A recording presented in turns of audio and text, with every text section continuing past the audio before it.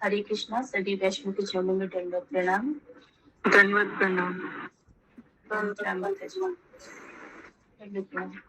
कल हम लोग ने सुना था कि महाप्रभु काजी को दंड देने के लिए संकीर्तन नगर संकीर्तन आंदोलन का आरंभ किया था। फिर वो काजी के घर गए और उनको दंड दिया। इसके बाद महाप्रभु वापस लौट आए और लौटते समय वो व्यापारियों के क्षेत्र में गए, फिर जुलाहाओं के क्षेत्र में गए। इसके बाद महाप्रभु श्रीधर के घर गए।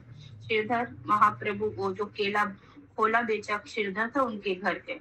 फिर वहां पे महाप्रभु ने उसके टूटे हुए लोहे के बर्तन से जल पिया और उसके बाद वहां से महाप्रभु आगे आ गए। इसको देख के श्रीधर तो बेहोश हो गए थे, क्योंकि उनके घर में कुछ था भी नहीं। महाप्रभु ने उन पर असीम कृपा की, उनके बर्तन से जल पी के। फिर इसके बाद अद्वैत आचार्य नित्यानंद प्रभु आपस में बनावटी झगड़ा करने लगे। फिर महाप्रभु श्रीवास ठाकुर के घर पहुंचे। वहां पे नित्य कीर्तन कर रहे थे, लेकिन उसी समय उनके पुत्र श्रीवास ठाकुर के पुत्र का निधन हो गया था। आज हम लोग उसके आगे से सुनेंगे। हरे कृष्णा। श्री विशंभर भगवत प्रेम के समुद्र में इस प्रकार डूबे थे कि उन्हें पारिवारिक जीवन से कोई आकर्षण नहीं था। वे अपनी शिव मूर्तियों की समुचित पूजा भी नहीं कर पाते थे, फिर अन्य कार्यों का तो कहना ही क्या। स्नान करने के बाद जब महाप्रभु शिव मूर्तियों की पूजा के लिए बैठते भगवत प्रेम के आंसुओं से उनके वस्त्र भीग जाते। वे गर्भगृह से बाहर आकर स्वच्छ वस्त्र पहनते, परंतु अगले ही क्षण वे भी आंसुओं से भीग जाते। इस प्रकार महाप्रभु शिव मूर्तियों की पूजा नहीं कर पाते। अंततः महाप्रभु ने गदाधर पंडित को अपनी शिव मूर्तियों की सेवा सौंपते हुए कहा कि वे इतने भाग्यशाली नहीं हैं कि उनकी सेवा कर सके। एक दिन महाप्रभु शुक्लांबर ब्रह्मचारी के घर पहुंचे और कहा, मेरे मन में तुम्हारा भोजन खाने की उत्कट इच्छा है और ऐसा करने में तुम्हें कोई संकोच नहीं होना चाहिए। महाप्रभु का बारंबार अनुग्रह सुनकर शुक्लांबर ने कहा, महाप्रभु, मैं घोर पापी हूँ, जबकि आप समस्त धर्मों की मूर्तिमान स्वरूप है। महाप्रभु ने उत्तर दिया, मेरे मन में तुम्हारे हाथ से बना भोजन करने की तीव्र इच्छा है। घर जाकर उसकी व्यवस्था करो।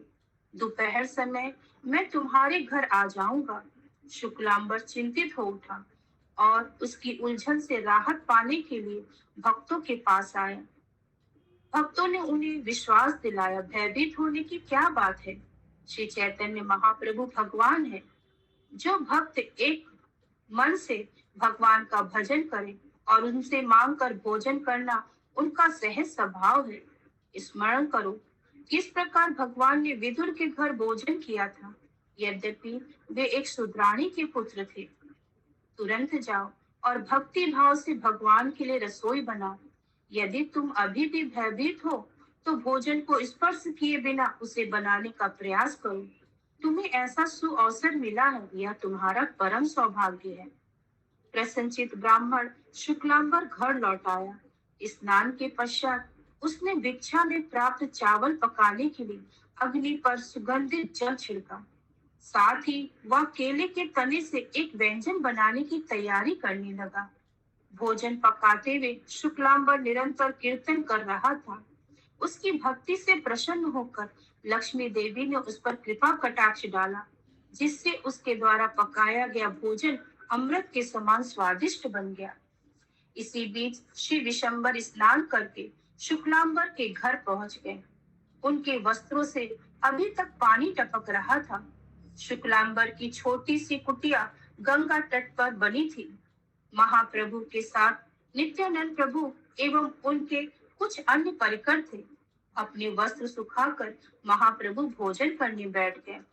श्री विशंभर अपनी इच्छा अनुसार स्वयं भोजन परोस रहे थे और आनंद से भरे शुक्लांबर उन्हें देखने लगे। महाप्रभु को भोजन का आनंद लेते देख सब भक्त प्रसन्न थे। महाप्रभु ने कहा, मैंने जीवन भर इतना स्वादिष्ट भोजन नहीं किया। इसका वर्णन करने के लिए मेरे पास शब्द नहीं है। तुमने किस प्रकार इतना स्वादिष्ट भोजन बनाया। शुक्लांबर, तुम मेरे नित्य परिकर एवं मित्र हो। मैं केवल तुम्हारे एवं तुम जैसे अन्य भक्तों के लिए ही अवतरित हुआ हूँ। भोजन के पश्चात महाप्रभु पान चबाते हुए आराम से बैठ गए। भक्तों में उनकी थाली से महाप्रसाद लेने की होड़ लग गई। कुछ देर कृष्ण कथा करने के बाद महाप्रभु विश्राम करने लगे। वहीं एक भक्त थे, विजयदास। उन्हें एक अद्भुत दृश्य दिखाई दिया। विजयदास एक लेखाकार थे और पूरे नवद्वीप में उनकी जैसी सुंदर हस्तलेखा वाले कलाकार गिने चुने ही थे। उन्होंने विश्वंभर के लिए अनेक पुस्तकें लिखी थी। अक्सर लोग उन्हें कलाकार विजय कहकर बुलाते, परंतु कोई नहीं जानता था कि वे कितने महान भक्त हैं। भोजन के पश्चात सब भक्त महाप्रभु के पास लेट गए। महाप्रभु ने धीरे से अपना हाथ विजयदास के शरीर पर रखा और विजय को अद्भुत दृश्य दिखाई देने लगा। उन्हें महाप्रभु का हाथ सोने के समान चमकता हुआ दिखाई दिया। सैकड़ों सूर्यों के समान प्रकाशित उनकी पूरी बाह पर रत्न एवं आभूषण सुसज्जित थे। विजयदास आश्चर्यचकित रह गए। वे जोर से कुछ बोलना ही चाहते थे। महाप्रभु ने अपनी हथेली से उनका मुख बंद कर दिया। महाप्रभु ने मुस्कुराते हुए कहा, जब तक मैं नवद्वीप में हूँ तब तक यह बात किसी से ना कहना।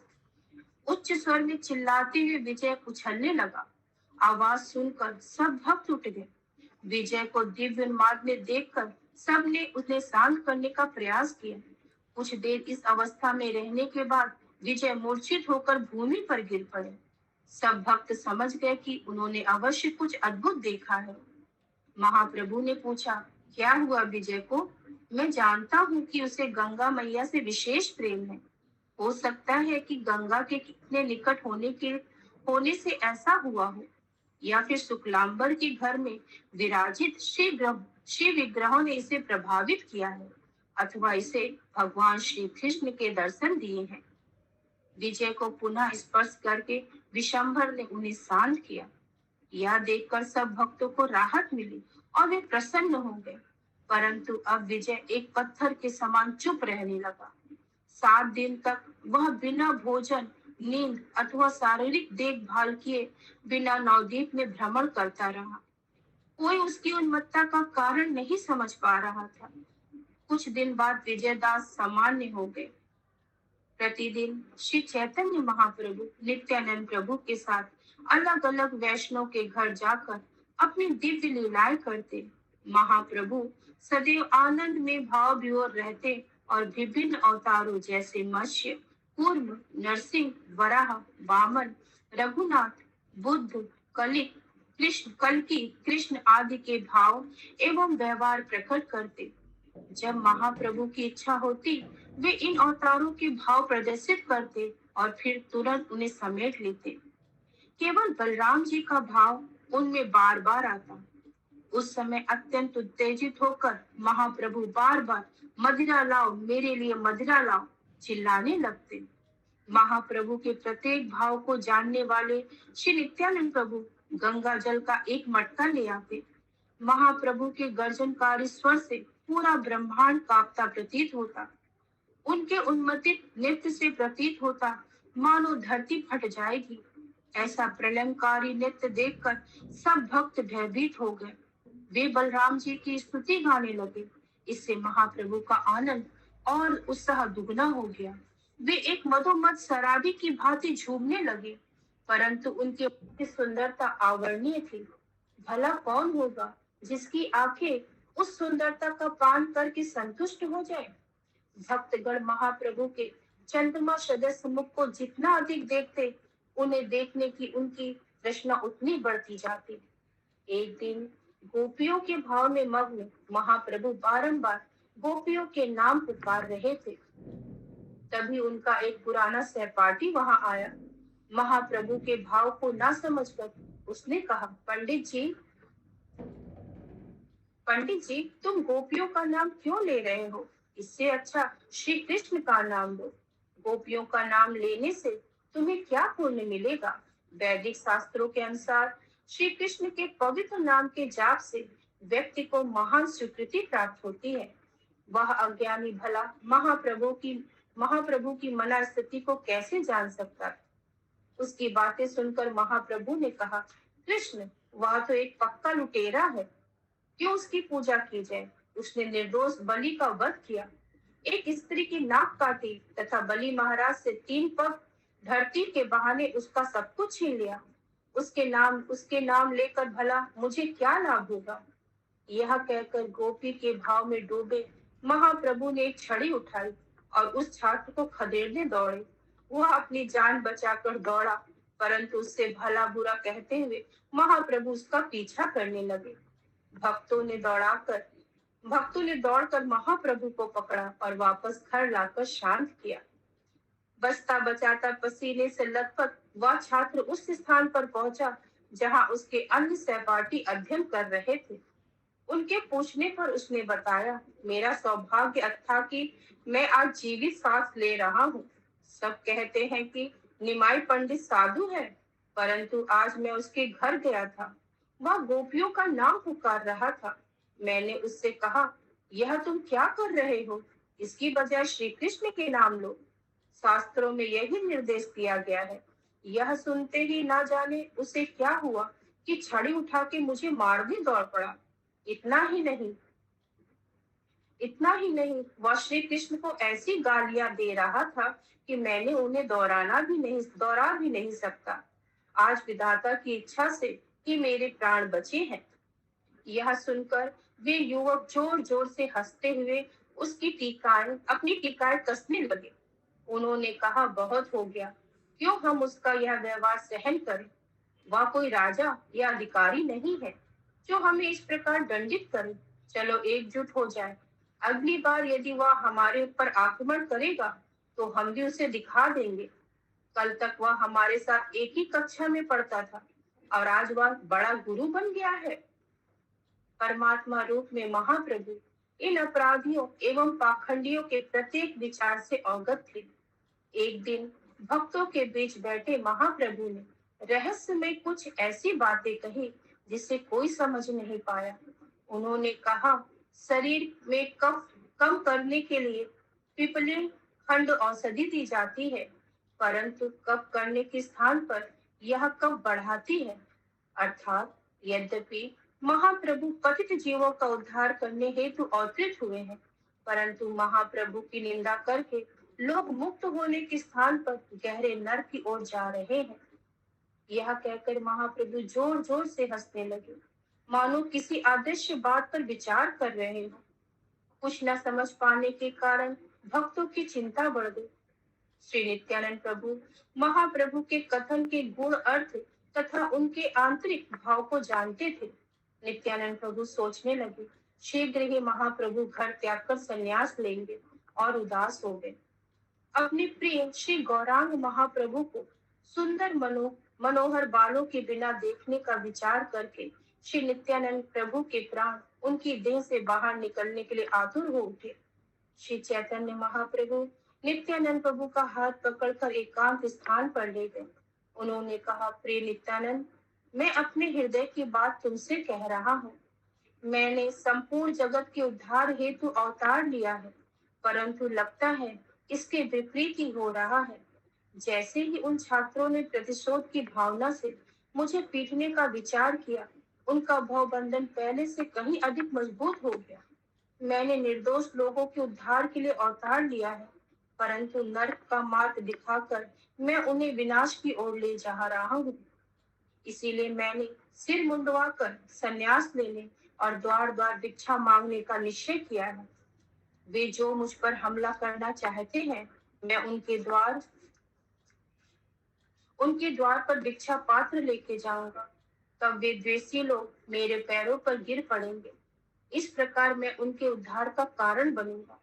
प्रत्येक व्यक्ति सन्यासी का सम्मान करता है, कोई भी उसे हानि पहुंचाने का विचार नहीं करता। नित्यानंद महाशय, कृपया मुझे अपनी अनुमति दो। मैं तुम्हारी आज्ञा अनुसार ही कार्य करूंगा। यदि तुम चाहते हो कि संसार का प्रत्येक प्राणी मुक्त हो जाए, तो तुम मुझे इस निर्णय पर चलने से नहीं रोकोगे। तुम मेरे अवतार के गुह्यम उद्देश्य से भली भांति परिचित हो। इसीलिए इस पर शोक करने का कोई कारण नहीं है। जब नित्यानंद प्रभु ने महाप्रभु के मुख से सुना कि वे अपने सुंदर केस कटवा के संन्यास ले लेंगे, शोक बस उनका हृदय विदीर्ण हो गया। वे समझ नहीं पाए कि क्या कहें, परंतु जानते थे कि महाप्रभु के निर्णय को बदलना किसी के लिए भी संभव नहीं है। नित्यानंद प्रभु ने उत्तर दिया, हे प्रभु, आप पूर्ण स्वतंत्र हैं और आपकी इच्छा को रोकने का सामर्थ्य भला किसमें है? कौन आपकी इच्छा के विरुद्ध कार्य कर सकता है? आपने जो सोचा है वह होकर ही रहेगा। बद्ध जीवों को उद्धार हेतु आपने श्रेष्ठ आपसे श्रेष्ठ अन्य कोई सोच कैसे सोच सकता है? फिर भी मेरा निवेदन है कि आप वैष्णव के साथ इस विषय पर विचार विमर्श करें। उनका मत जानकर जो आपको सर्वश्रेष्ठ लगे वह करें। नित्यानंद प्रभु के वचनों से संतुष्ट होकर श्री चैतन्य महाप्रभु बारंबार उनका आलिंगन करने लगे। जब महाप्रभु भक्तों से मिलने गए तो नित्यानंद प्रभु बाहर से शांत दिखाई दे रहे थे, परंतु उनके भीतर एक तूफान उठा हुआ था। वे विचार कर रहे थे, निमाई के जाने के बाद सची माता कैसे जिएगी? निमाई के बिना वे किस प्रकार अकेले दिन रात बिताएगी? सची माता का विचार करके नित्यानंद प्रभु का हृदय फटने लगा। वे एकांत स्थान में गए और जोर जोर से रोने लगे। इसी बीच महाप्रभु मुकुंद के घर पहुंचे। मुकुंद आनंद से भर उठा। महाप्रभु ने कहा, मुकुंद, कुछ कीर्तन सुनाओ। आनंद भरी अपनी भावनाओं को नियंत्रित करते हुए महाप्रभु ने कुछ समय तक कीर्तन सुना और फिर कहा, मुकुंद, मैंने अपना परिवार त्याग कर संन्यास लेने का निश्चय किया है। सिर मुड़वाकर मैं सर्वस्त्र मुक्त भाव में भ्रमण करूंगा। यह सुनते ही मुकुंद का आनंद चूर चूर हो गया। करतार स्वर में वह याचना करने लगा, महाप्रभु, यदि आप संन्यास लेना चाहते हैं तो आपकी वह इच्छा अवश्य पूरी होगी। कृपया कुछ और समय हमारे साथ बिताइए, हमारे साथ कीर्तन नृत्य कीजिए और फिर जो आपकी इच्छा है वही करिए। मुकुंद से मिलने के बाद महाप्रभु गदाधर पंडित के पास पहुंचे। गदाधर ने उन्हें प्रणाम किया और तब महाप्रभु ने कहा, भगवान श्री कृष्ण की सेवा के लिए मैं परिवार त्याग कर संन्यास लूंगा और सिर मुड़वाकर स्वेच्छा से विचरण करूंगा। यह सुनते ही गदाधर पंडित को गहरा धक्का लगा। वे स्तब्ध रह गए। निराशा के गत में डूबे हुए उन्होंने कहा, महाप्रभु, मैं आपकी बात नहीं समझ रहा हूँ। क्या आप यह कहना चाहते हैं कि सिर मुंडवाकर तथा घर त्याग कर ही श्री कृष्ण को प्राप्त किया जा सकता है? हो सकता है कि आपका ऐसा मत हो, परंतु वैदिक मत यह नहीं है। आप किस प्रकार अपनी विधवा माँ को अकेले छोड़ने का विचार कर सकते हो? संन्यास जीवन के आरंभ में ही आपको संन्यास जीवन के आरंभ में ही आपको अपनी माता की मृत्यु का पाप लगेगा। आप सची माता के प्राण हैं। आपके बिना वो किस प्रकार जिएगी? लेकिन आपसे यह सब कहने का क्या लाभ? आपको जो करना है वह तो आप करके ही रहोगे। इस प्रकार महाप्रभु ने अपने सारे घनिष्ठ परिकरों को संन्यास लेने का अपना निर्णय कह सुनाया। जिसने भी सुना वह शोक से स्तब्ध रह गया। विशंबर को घुंघराले बाल काले बांधने बालों के बिना देखने के विचार पर भक्तगण शोक संतप्त हो गए। उन्होंने होने वाले विरह का अनुभव करके वे सोचने लगे, संन्यास के बाद महाप्रभु कहाँ जाएंगे? कुछ भी हो, वे नवद्वीप में तो नहीं रहेंगे। हमें कैसे पता चलेगा कि वे कहाँ हैं? किस प्रकार हम उनसे मिला करेंगे? पुनः महाप्रभु को ना देखने का विचार करके भक्त भयभीत हो गए। भोजन अथवा भूमि में उनकी कोई रुचि नहीं रही। महाप्रभु भक्तों की इस पीड़ा को सहन नहीं कर पा रहे थे। मुस्कुराते हुए मधुर वाणी में उन्होंने कहा, क्यों तुम अकारण स्वयं को पीड़ा दे रहे हो? मैं सदैव तुम्हारे साथ हूँ।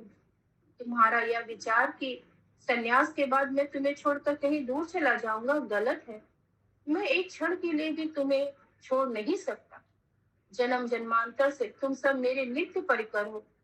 इस अवतार में जिन भक्तों ने मेरा संग किया है वे सदैव कीर्तन रस में मेरे साथ रहेंगे। प्रत्येक युग में मैं अवतार लेता हूँ और हर बार तुम मेरी लीलाओं में भाग लेते हो।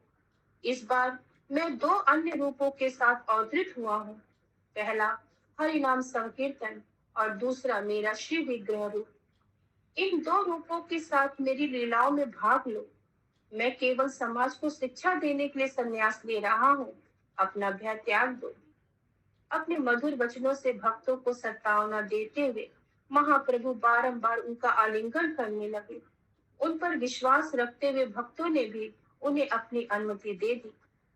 शीघ्र ही समाचार फैलने लगा कि महाप्रभु संन्यास लेंगे। जब सच्ची माता ने यह सुना तो उनकी हृदय गति मानो थम गई। अचेत होकर धरती पर गिर पड़ी। पड़े पड़े उनके नेत्रों से अविरल अश्रुधारा बह रही थी। कमल नयन महाप्रभु अत्यंत गंभीर एवं स्तब्ध बैठे यह सब देख रहे थे। रोते हुए सची माता ने कहा, मेरे निमाई, कृपया अपनी अबला माँ को छोड़कर मत जा। तेरे सुंदर मुख कमल को देख देख कर ही हम सब जी रहे हैं।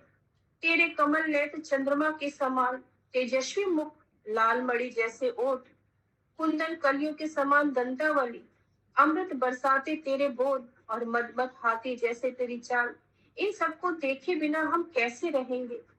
यहाँ सदैव तेरा अनुसरण करने वाले अद्वैत और श्रीवास पंडित हैं और साथ ही तेरे अत्यंत निष्ठ घनिष्ठ नित्यानंद और गदाधर है। घर पर रहकर चाहे दिन रात संकीर्तन कर, तू धर्म का प्रचार करने के लिए अवतरित हुआ है। अपनी बूढ़ी माँ को छोड़कर तू कौन से धर्म की शिक्षा देगा। सची माता की वाणी उठकर प्रेम से भरी थी। बिना कुछ कहे महाप्रभु उसे सुनते रहे। माँ के प्रति तीव्र प्रेमावश उनका कंठ अवरुद्ध हो गया था। सची माता ने आगे कहा, बरसों पहले तेरा बड़ा भाई चला गया और फिर तेरे पिता बैकुंठ को प्राप्त हो गए। अब बस तू ही तो है जिसे देखकर मेरा दुख थोड़ा कम हो जाता है। यदि तू भी चला गया तो निश्चित ही मैं अपने प्राण त्याग दूंगी। कहा, माला, घर पर ही रह और जितना चाहे भक्ति के साथ भक्तों के साथ कीर्तन कर। सची माता कमल उद्गीन था। वह बोलती गई और महाप्रभु चुपचाप सुनते गए। अपनी माता की पीड़ित अवस्था को देखकर अंततः महाप्रभु ने सत्तावना देते हुए बोले, माँ, मेरी बात सुनो। जन्म जन्मांतर से मैं तुम्हारा पुत्र हूँ। जब तुम पृष्टि थी तब मैं तुम्हारा पुत्र पृष्टि गर्भ बना। जब तुम अदिति थी तो मैं तुम्हारा पुत्र बामन बना। जब तुम देहूति थी तब मैं कपिल बना और जब तुम कौशल्या थी तब मैं तुम्हारा पुत्र राम बना। जब तुम मथुरा में देवकी थी और क्रूर कंस ने तुम्हें बंदी बनाया था, उस समय मैं तुम्हारा पुत्र कृष्ण बना। मेरे इस अवतार में तुम दो अन्य रूपों से मेरी माँ हो। तुम शिव विग्रह रूप तथा हरि नाम रूप में मेरे अवतार की माँ हो। माँ, मैं सदा के लिए तुम्हारा पुत्र हूँ और तुम मेरी माता हो। सत्य कहूँ, मैं कभी तुम्हें नहीं छोड़ सकता। आज मैंने यह रहस्य तुम्हारे समक्ष उजागर किया है। अब कृपया अपना शोक त्याग दो। यह सुनकर सची माता का मन कुछ शांत हो गया।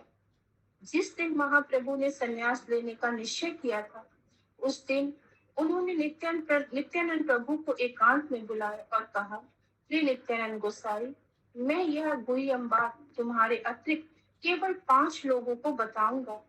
कल मकर संक्रांति है, सूर्य उत्तरायण होने जा रहा है। इस शुभ दिन में मैं संन्यास स्वीकार करूंगा। इंद्राणी के निकट कटुआ गांव में एक महान सन्यासी केशव भारती रहते हैं। मैंने उनसे संन्यास लेने का निश्चय किया है।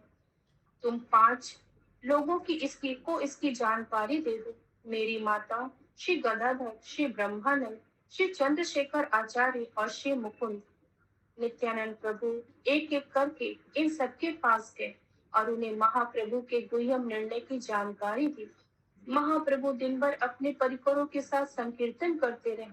उन्होंने दोपहर का भोजन किया और संध्या होने से पहले गंगा तट पर गए। गंगा को प्रणाम करके महाप्रभु कुछ समय के लिए वहां बैठे और फिर लौट आए। वहां वे अपने भक्तों से घिर कर बैठ गए।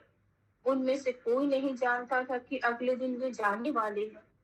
जब उस दिन महाप्रभु से मिलने आने वाला प्रत्येक भक्त उनके लिए कोई कोई उपहार ला रहा था।